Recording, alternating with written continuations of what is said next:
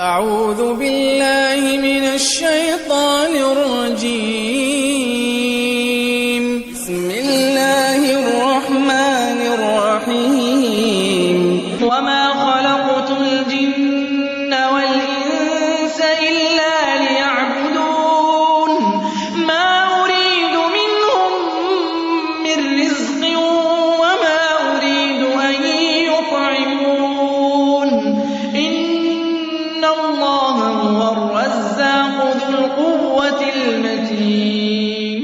پیش خدمت ہے شرح کتاب التوحید لفضیلت الشیخ عبداللہ ناصر رحمانی حافظہ اللہ. بحمدللہ ہمارا عقیدہ اللہ تعالیٰ کے اسماء و صفات میں وہی ہے جو فتنے کے وقوع سے قبل تھا. فتنے سے مراد شہادت عثمان غنی رضی اللہ عنہ.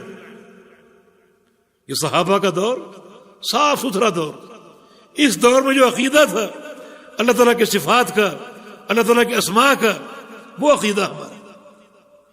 فتنے کے دور کے بعد باہر سے افکار آ گئے، علم کلام آ گیا، فلسفہ اور منطق کی بھرمار، عربی میں تراجم. پھر جو فرقے جنم لیے، ہر فرقے کے عقیدے میں علم کلام کا عمل دخل شامل ہو گیا.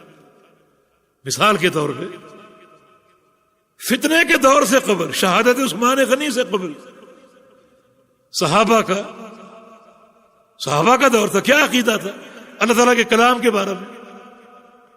اللہ تعالیٰ کلام فرماتا ہے، اس کے مظاہر قرآن و حدیث میں موجود ہے. وَكَلَّمَ اللَّهُ مُوسَىٰ تَكْلِيمًا، اللہ نے موسیٰ سے کلام کیا. وَمَا مِنْكُمْ مِنْ أَحَدٍ إِلَّا وَسَيُكَلِّمُهُ رَبُّهُ وَلَيْسَ بَيْنَهُ وَبَيْنَهُ تَرْجُمَانٌ. قیامت کے دن تم سب سے تمہارے پروردگار نے باتیں کرنی ہے، حساب لینا ہے. اس طرح لینا ہے کہ اللہ اور بندے کے درمیان کوئی ترجمان نہیں ہوگا. کلام حق ہے، ثابت ہے. اللہ کلام فرماتا ہے، کلام فرمائے گا. جب چاہے گا کلام کرے گا، جب چاہے گا کلام کرے گا، جب چاہتا ہے کلام کرتا ہے. موسیٰ علیہ السلام سے کلام کیا، قیامت کے دن کلام کرے گا.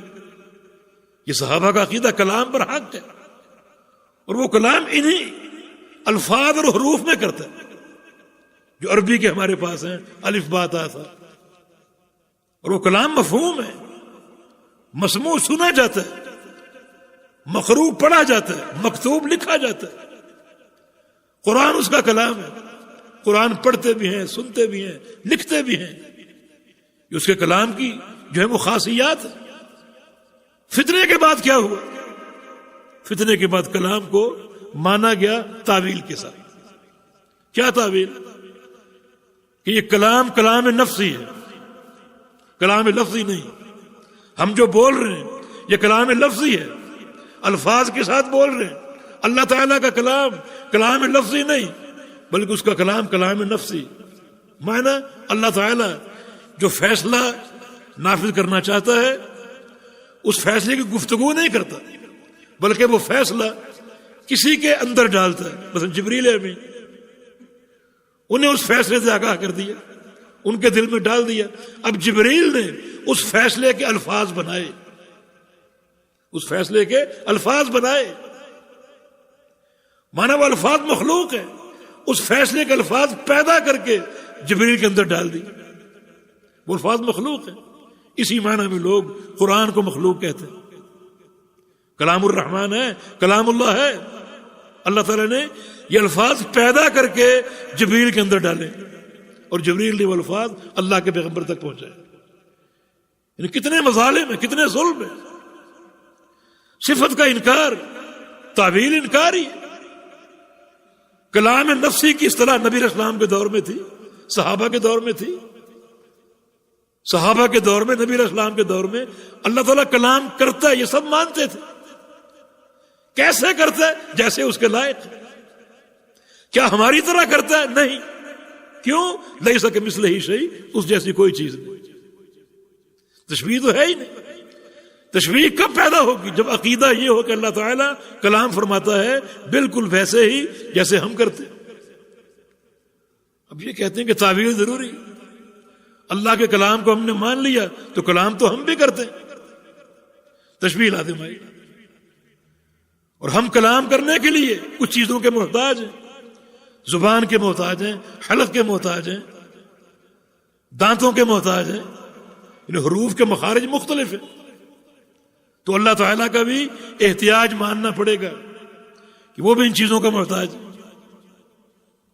لہذا یہ تعویل کرو، یعنی خود ساختہ ایک وہم اور شبہ، اس خود ساختہ شبہ کے تحت صفت میں تعویل، اور تعویل کا معنی انکار ہے، یہ تعویل انکار ہے۔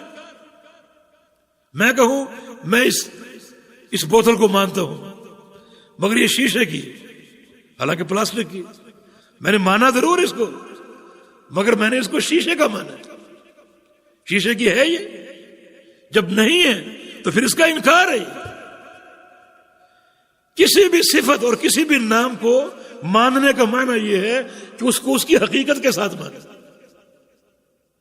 حقیقت کے ساتھ نہیں مانو گے یہ اس کا انکار ہو۔ اللہ تعالیٰ کا احتیاج ثابت ہوتا ہے کہ وہ دانتوں اور حلق کا نعوذ باللہ محتاج۔ کتنے ایسے واقعات ہیں جن میں کلام کا ذکر ہے، صحابہ کہتے کہ نبی علیہ السلام کے ساتھ ہم کھانا کھا رہے ہوتے، ہاں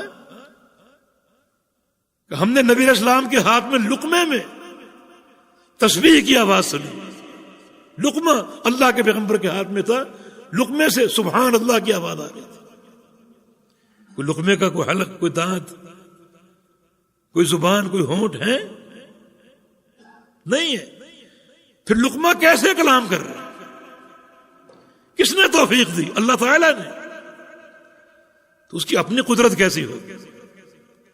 لقمے کو کلام کی صلاحیت دینے والا، بغیر ہونٹوں کے، بغیر زبان کے، اپنی قدرت اس کی کیسی ہوگی کلام کرنے والا؟